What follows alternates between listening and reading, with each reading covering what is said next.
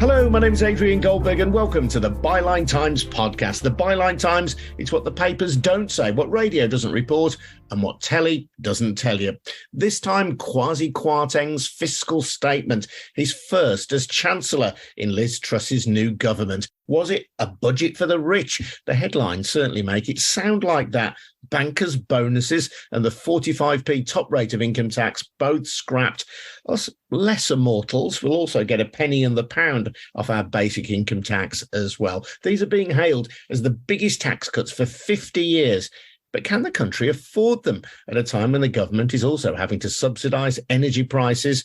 And bearing in mind that the NHS and social care system won't now be supplemented by the recent rise in national insurance contributions because those are being reversed. We're going to hear from Sam Bright from Byline Times, author of Fortress London, Why We Need to Save the Country from Its Capital, from Jeevun Sandher, Head of Economics at the New Economics Foundation, and Jo Michell, Associate Professor of Economics at the University of the West of England. Before that, though, just a reminder that the Byline Times podcast is funded by subscriptions to the Byline Times, our wonderful monthly newspaper, which has exclusive content that you can't read online. The great thing about the Byline Times is there's no shadowy oligarch or millionaire backer telling us what to say. We can report without fear or favour because our funding comes from ordinary subscribers, people like you. So do please subscribe, if you can, to the Byline Times. Get full details about subscriptions over on our website at bylinetimes.com. That's at bylinetimes.com. Sam, let me start with you, because your book, Fortress London, deals with the whole levelling up agenda, which was a key part of the appeal, if not the reality, of Boris Johnson's government. Has that now been junked altogether? In short, if you want a word, Adrian, I'd say yes, by the look of this statement. The economic plan here, and Liz Truss and Kwasi Karteng have not disguised this in any way, has basically been to fuel the economy by allowing the rich to get richer. They're not particularly bothered about inequalities growing. They've obviously put together a massive package of support for people who are going to see their energy bills going up. Although lots of people will still be pushed into poverty, hopefully people will just about be able to manage. But essentially, in terms of their grand economic vision, it's people in the City of London, particularly, I'd say, who will see greatest benefit from these tax cuts, from the bankers' bonus cap being ended. Kwasi Karteng as well, he indicated that there will be a new batch of deregulation in the city coming our way later in the autumn. So this certainly is just the start of his plan to really fuel the fire in the financial sector once again, sort of harking back to the Thatcher era.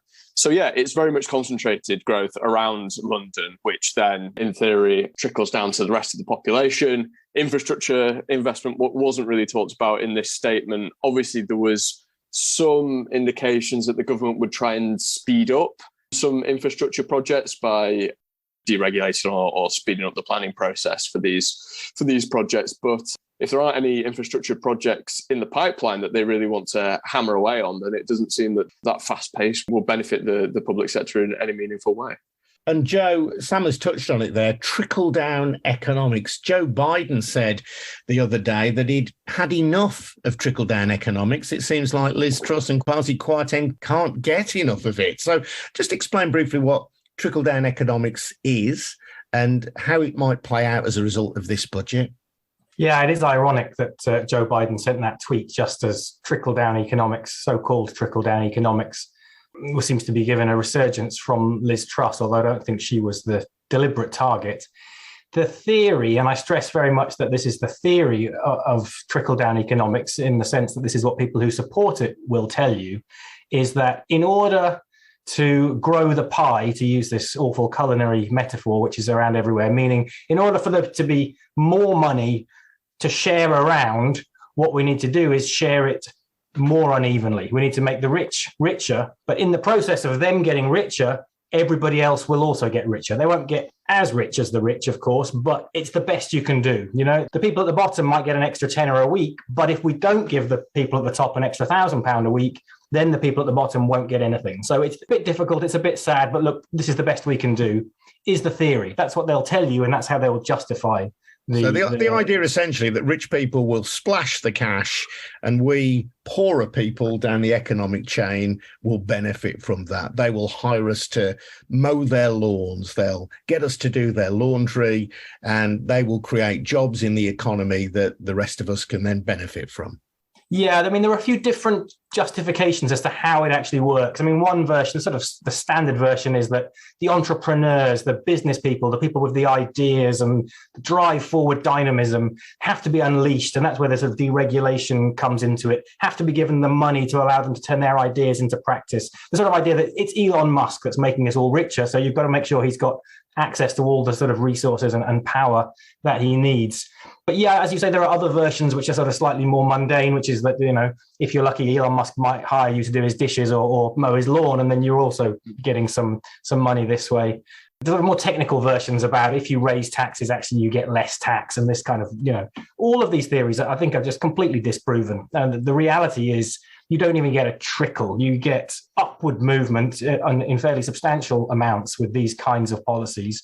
You don't get growth because, quite simply, in order for growth, much of the time, you need people to spend. And if you're taking money away from the people who are likely to spend and give it to the people who are likely to save, as the wealthy are, you know, if you give somebody who's poor £100, they'll spend £100 because they need things now. If you give somebody rich £100, they'll stick it in the bank. So it doesn't generate spending. And a lot of the time, not always, but a lot of the time, what you need for growth is spending. So I think it's just simply wrong, both on it'll make us grow faster and therefore give us more to share out, and some of that will eventually make its way down to those who deserve and need it. Jeevun, Liz Truss is very fond of comparing herself to Margaret Thatcher. Margaret Thatcher was a believer in trickle-down economics, but she was also a believer in making sure that you could balance the books. And to that extent, this doesn't feel like a Thatcherite mini-budget. It does, and it's certainly true. This was actually deeply, deeply irresponsible. You know, I think this has been the worst budget of my lifetime. I mean, I thought that in March as well, when Rishi Sunak didn't upgrade social security payments in line with inflation. It seems I'm destined to see each budget being the worst ever. But no, this was a truly shocking and awful way to use the government finances. You know, we're talking about borrowing here, you know, in the region of about £45 billion a year to go on these massive tax cuts that go to the rich and big business. We should be clear about how much is going there. Over half that corporation tax cut rise today goes to those who are earning more than £1 million. For those on national insurance, you know, the national insurance income tax cuts together, we think those are the top 5% getting over £8,500 from this. The average family only getting £400. So you're borrowing all this money, you're just chucking it all to the rich. And it's very difficult to see a justification for that. And particularly as well, some of the comments around growth and how we get there. Tax cuts are not the magic way to get to growth. Okay, if you just need massive tax cuts, like Somalia would be richer than Sweden. Like that's clearly not the case. And actually at this point, first of all, get enough cash into families' pockets. They can actually afford to spend it down the shops. They're not saving it in the bank, as Joe was saying. Secondly, invest in people and places so they're more productive in the future. And finally, get Brexit done. You know, businesses aren't investing. That investment rate has fallen since 2016 because they have no certainty. So certainly, yeah, this is an incredibly irresponsible budget that we've seen. I'm pretty shocked this is where it ended up. We knew it would be bad. This was far worse than anything else that I'd foreseen yesterday in any case. And ultimately, if you are right and Liz Truss and Kwasi Karteng are wrong, these tax cuts will not be paid for by economic growth. And if they're not paid for by economic growth, they can only be paid for ultimately by higher taxes in the long run. The thing is, you can borrow to invest. There are good uses of borrowing. The question is, what is the return on that? And actually, the problem here is the return isn't very good. So because you haven't got more growth, you can't grow your way out of debt. You know, you think about what happened in the Second World War, for example. It wasn't that we had to spend kind of loads of effort to kind of pay it down, so that we grew as an economy and the debt burden became lower. So actually, I don't want to get into this. And I think part of the problem is some of the framing we've seen is about, you know, isn't it awful that we're borrowing money? There are very good reasons to borrow money. Getting to net zero, a great reason to borrow money. That costs £30 billion a year. By the way, these tax cuts, almost £45 billion a year. So certainly, look, there are good uses and good reasons to do that, but that's certainly not where we are today. And that's incredibly unfortunate. Joe, you look at the corporation tax cut. And there is an argument, isn't there, that cutting corporation tax will make Britain more attractive for companies looking to invest into this country than some of our rivals. You look at the cut in stamp duty, you can argue that that will oil the wheels of the housing market. You're not being a bit too downbeat about this? I think in the short run, what I would say is there is a chance of a kind of sugar rush boom. We shouldn't write off completely the fact that this could look like it works for what's left of the electoral cycle. I think quite clearly what's being done is there's a target of the next general election. Liz Truss has come in with a very bad hand, actually. She's come in after 12 years of austerity, after Johnson has trashed every institution and convention going. And I think actually, I agree with Jeevun, this is an absolutely atrocious budget. It's vandalism and it's naked class interest. It is worse than I thought. But it's not completely out of the question that the market stabilize, you get a short-run GDP burst, it will peter out, it won't be sustained. But if the press are on side and they can all sort of say, highest GDP growth in G7, Trussonomics works, just based on 1 month's numbers, basically fudge it. I think it's not likely that that scenario plays out, but I think it's also not zero, and we need to be sort of watchful for that, not just write this off completely. On your specific point, the evidence that the relationship between corporation taxation and genuine investment, meaning building new productive capacity, generating jobs and so on, is very, very weak. There's basically no evidence that higher rates of corporation tax reduce that kind of investment. What they can do is attract the Irish model. Will attract headquarters and then it's kind of extracting rents from around the world, putting them through the books. And okay, it's good for the Irish exchequer, but it's not a model that everybody can produce. It's a race to the bottom. Only one country can sort of get to the bottom on corporation tax. And it's not a sensible approach either for any. So that's the corporation tax point. The housing market, moving house doesn't really make us all richer, much as the Daily Mail likes to tell us it does. But I think you raise an interesting point here, is that the iceberg, which they're currently heading straight towards, is the housing market. They will induce higher interest rates as a result of this budget. The Bank of England will intervene. Inflation is going to be high. They're going to probably intervene to try and prop up the pound, although they won't be able to say that's what they're doing. That's going to feed through into interest rates, and that's going to feed through into mortgage rates. And I do struggle to see how the housing market at best doesn't flatten off, or I say best from the point of view of the people who want it to sort of continuously go up and think that generates prosperity and so on. And so much of the economy is, for better or for worse, mostly for worse, driven by housing price valuations and so on, that I think that is where the wheels really can come off this so-called plan. We are taking on massive borrowing in order to fund this budget, and that isn't borrowing to invest unless we get the growth from cutting taxes that Kwasi Karteng and Liz Truss seem to believe that we will. Well, think about it slightly differently. Look, if you're a business, you do borrow, right? And the reason you borrow is you ask yourself, is the rate of return on my borrowing greater than the cost of borrowing itself? The interest rate that I'm paying, is the rate kind of that I'm borrowing at worth it, or the return rather worth it? And actually here, what is the investment return you're going to get? You're going to have this massive tax cut that goes to the rich and goes to the bank accounts of the rich because they're going to spend less of it, basically. So even if you were to say, okay, we're going to borrow all this money and give it to somebody to get growth, you would give it to those on low incomes because they're going to spend money in the economy.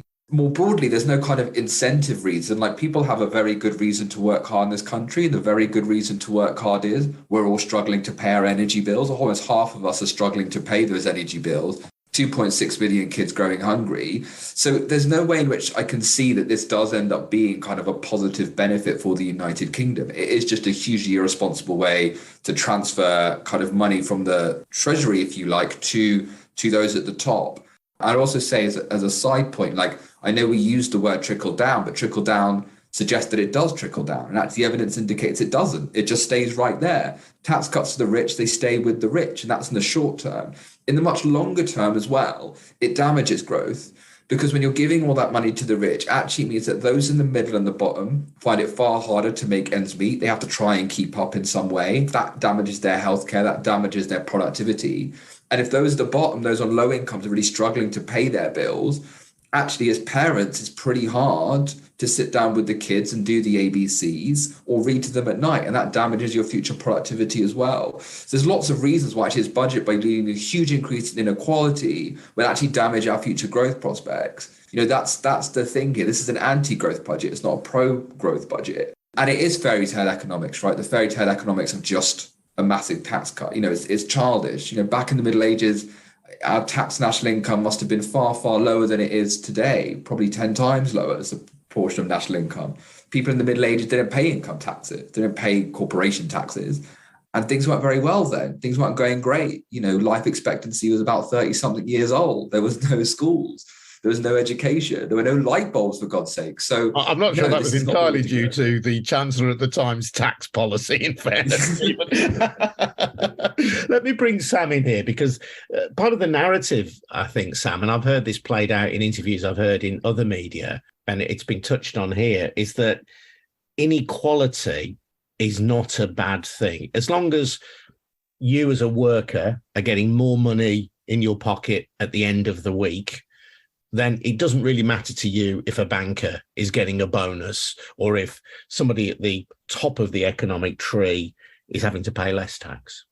It's an interesting one, because I think this strays from economics into sort of moral and social policy in a way. I mean, we've heard Conservatives parrot for the past 12 years. I mean, what was the classic phrase back in the 2010 general election campaign? It was, "We're all in this together." How ironic does that seem after today's statement? And I guess the idea is that if not only, as the two economists in the room are spelling out, not only does inequality actually harm growth in many ways, and particularly policies that grow inequalities by extending the wealth of those at the top, it also creates social fissures and fractures and potentially political extremism, as people see that they're struggling to pay their energy bills while millionaires are getting a £55,000 tax cut, twice the average annual salary in the UK. Frankly, I think it's pretty fair to say that the Conservatives have benefited from that slow grind of political extremism over the past 12 years. We've seen the Conservatives steadily move towards the right and adopt the close of the likes of UKIP and Nigel Farage and the Brexit Party, etc. And so they've profited from it, but that creates a real social problem for the rest of us. And, maybe in a couple of years' time, when this doesn't work out, it might create a political problem for Liz Truss too. I mean, you just have to look at the headlines that are coming out of this statement. I mean, we've kind of been taught that no matter what the Conservatives do, they seem to win elections in perpetuity. But I just wonder whether this might be the end of the road. Away from the millionaires, I noticed that part-time workers on universal credit, essentially people who, whether for reasons of age or lifestyle choice, only work part-time and then have their earnings topped up by benefits, are going to be given extra work coaching, with the underlying threat that their benefits will be cut if they don't work harder to get a full-time job or to get more hours. And it just strikes me that that's a policy which is at odds with the idea of having a more flexible workforce. Lots of people engage with jobs partly because they can do less than 40 hours a week, partly because those are the kind of contracts that are being offered. Companies like to offer 0 hours contracts. It also acknowledges that we are short of workers in the economy, which some people would look at and say, that wasn't a problem before Brexit, was it? Well, exactly. That's the elephant in the room, isn't it? It's Brexit. If the government was truly pro-growth, then it wouldn't be trying to wage war with the European Union over Northern Ireland. It would, try to forge closer economic ties with the European Union. That's one of the more farcical aspects of the government's pro-growth approach. I think as well, your point about part-time workers, Adrian, I mean, I've seen a few people point out that this is actually quite a deeply sexist policy, because many of the jobs undertaken by part-time workers are undertaken by women because they have to do care alongside those occupations, which is something that just hasn't been taken into account by this government. And again, it just seems to be the case that in terms of investing in the human and physical infrastructure of this country, in terms of educating people properly in the skills for the modern world, in terms of creating people who can go into key worker professions, the sort of jobs that we were clapping for during the pandemic, and making this country a high-wage, high-skill economy, which again is another cliche that's been parroted for the past 12 years. And the government doesn't have any substantial plan. It's merely trying to, as has been said already, create a sugar rush that will hopefully propel it to victory at the next general election. Jo, throughout the hustings for the Conservative Party leadership, which obviously then leads us to the Prime Minister, I was shouting every time Liz Truss said she was going to row back on the national insurance contribution increase, which is what Kwasi Karteng has now done, because the increase in national insurance contributions was specifically to enable social care to be paid for, and for, in the short term, for the NHS to get extra funding to deal with the backlog caused by the pandemic. Now that the national insurance contribution increase has been scrapped, well, we've still got the situation where social care needs massive funding, where the NHS needs massive funding because it's in crisis. So the long-term solutions, I remember Boris Johnson saying that he was willing to make the difficult decisions for the country, which is why the national insurance contributions were going up. That difficult decision has now been reversed, and the NHS and social care are still going to need that funding in the long term. Yeah, there's a few things here. Economists call a tax of this type, which is aimed at a specific purpose, is a hypothecated tax. We're going to raise this money and we're going to spend it on this specific thing. A lot of us, including myself, think these are a bad idea for a number of reasons. There's no particular reason that one income stream for the government should be directed to one particular form of expenditure. I mean, all money coming in is money coming in. Costs are costs. What the government didn't do when they raised the national insurance contributions was put in place any kind of plan. They didn't announce any meaningful new spending on social care. They didn't put any kind of plan in place. So in many ways, that policy was the worst of all worlds. National insurance hikes are progressive in the sense that people on higher incomes are hit more than people on lower incomes, but they're not a very good tax. They sort of penalize work for a number of reasons. So I would have been much more in favor at that time of something like capital gains tax, equalizing dividend treatment with wage treatment, something which really does genuinely tax the wealthy to pay for social care and health. So for that reason, I thought it was a bad policy move at the time. Reversing it is a worse policy move because it's deeply regressive. Reversing it, it's giving lots of money to people who don't need it very much. And as you say, the problems of the NHS and social care are left hanging. I don't think it's specific to that particular tax increase or decrease. I think we should resist the temptation to say that they ever intended to use that tax change to do any of the things they were saying that they were going to do. But that doesn't help us with your overall point, which is that the NHS is in crisis. It's badly underfunded. Social care is, if anything, in an even more desperate situation, understaffed, underfunded, no kind of central scheme or plan to straighten things out. It's a dismal state of affairs, and I can't think of anything positive to say. One thing I would say is that, in terms of national insurance kind of cut we had today, actually there's also there was another way forward. And the other way forward would have been you cut national insurance, but for those who earn less than the upper earnings limit, which is about £50,000 a year. So what would that mean? It would mean that actually, those who are earning less than 50 grand would get, everyone gains a benefit, on all their earnings under £50,000, everyone still gets the car, but your earnings over £50,000 are still taxed. And at that point, the Chancellor would have kept about half of the money he raised. So that's quite a good move. It's about £5 to £6 billion a year at least there in the pocket, which you can use for things that are incredibly useful in this country, and then at the NHS backrow that we discussed, of course, education on the other side. And so there were actually ways to kind of cut taxes for average families and keep them there for the rich. This government has gone in completely the other direction in a way that I don't think we were really prepared for. And I don't think that the general public really knows, well, certainly this is a shocking state of affairs. In terms of narrative as well, and I think it is worth touching on that, Trump was incredibly popular after his tax cuts in 2016 or 2017. They gave most of the money to the richest 1%, or the very rich rather. and kind of had this growth in wages. And although kind of the rich benefited the most, those on average incomes were feeling okay, and actually quite approved of Trump's handling of the economy just before COVID hit. And so there is certainly an idea as to how do you sit there and make it clear this is an incredibly irresponsible budget. And that is a more difficult and nuanced line than just saying, guess what, you've had this catastrophic fall in incomes. On the other side of it, we should also not forget, though, it is true the energy price cap is being frozen at its current rate, but it will still, almost half of us are struggling to pay our energy bills right now. And there is other inflation to come down the track. So it's not like the cost of living crisis is going away. It's just we're not about to see, this catastrophic wave that's going to knock out middle income families and chuck them to the wall. No, and indeed we, as taxpayers, will all end up paying for the energy price cap because a political choice.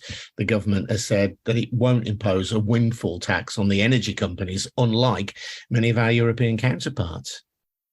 Yeah, quite. And a bizarre choice given the amount of money that they're making. And also, it should be clear, like oil and gas giants in the North Sea are not making money because they innovated really well. So like your iPhone, it's just, you had this commodity and you got lucky and it became a lot more valuable overnight.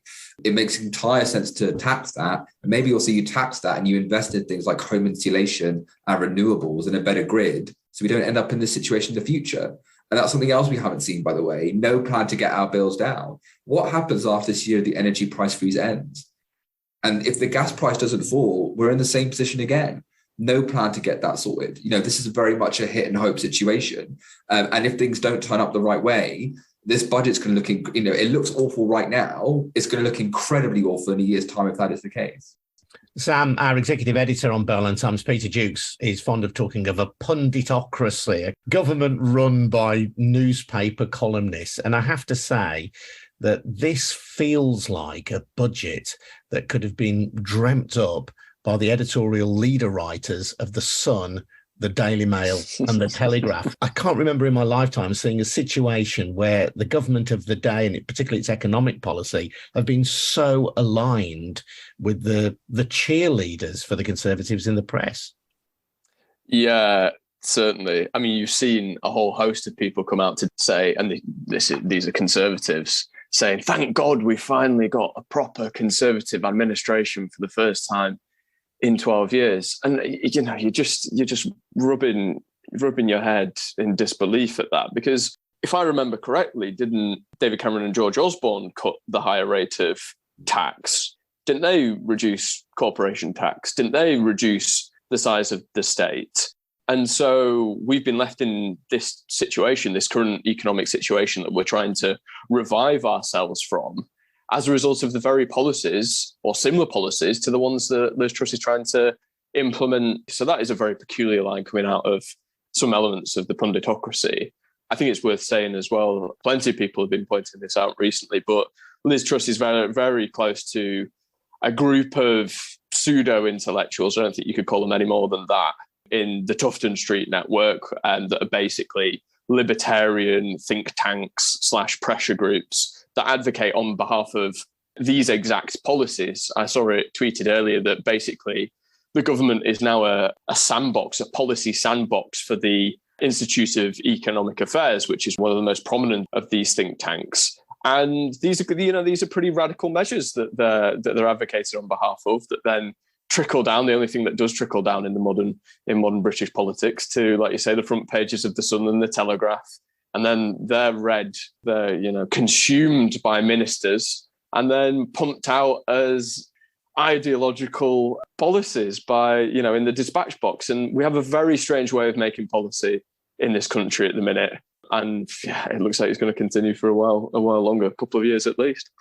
Sam Bright, thank you. Sam Bright from the Byline Times, author of Fortress London, Why We Need to Save the Country from Its Capital. Thanks also to Jeevun Sandher, the head of economics at the New Economics Foundation, and Jo Michell from the University of the West of England. I'm Adrian Goldberg. You've been listening to the Byline Times podcast, funded by subscriptions to the Byline Times, our brilliant monthly newspaper. Head over to bylinetimes.com and grab yourself a subscription now. Go on. You ought to. Really good to speak to everybody. Thanks very much indeed. I'll see you again soon. But for now, cheers. Bye-bye.